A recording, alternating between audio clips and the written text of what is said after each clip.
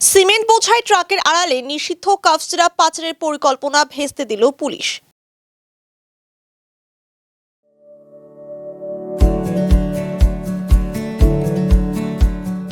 Pamper, not just a hospital, but a mother. গোপন সূত্রে পাওয়া খবরের ভিত্তিতে অভিযান চালিয়ে ভক্তিনগর থানার পুলিশ গতকাল রাতে একটি সিমেন্ট বোঝাই ট্রাক আটক করে। তল্লাশি চালাতেই 92 বোতল নিষিদ্ধ কাফ সিরাপ উদ্ধার হয়। ট্রাক চালককে গ্রেফতার করেছে পুলিশ।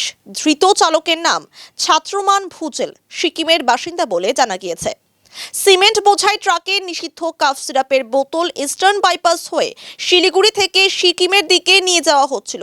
এই খবর পাওয়ার পর ভক্তিনগর থানার পুলিশ 42 নম্বর ওয়ার্ডের চয়নপাড়া এলাকায় অভিযান চালিয়ে ট্রাকটি ধরে। তল্লাশির সময় ট্রাকের ড্রাইভারের কেবিনে থাকা একটি প্লাস্টিক ব্যাগ থেকে 92 বোতল নিষিদ্ধ কাফ সিরাপ উদ্ধার হয়।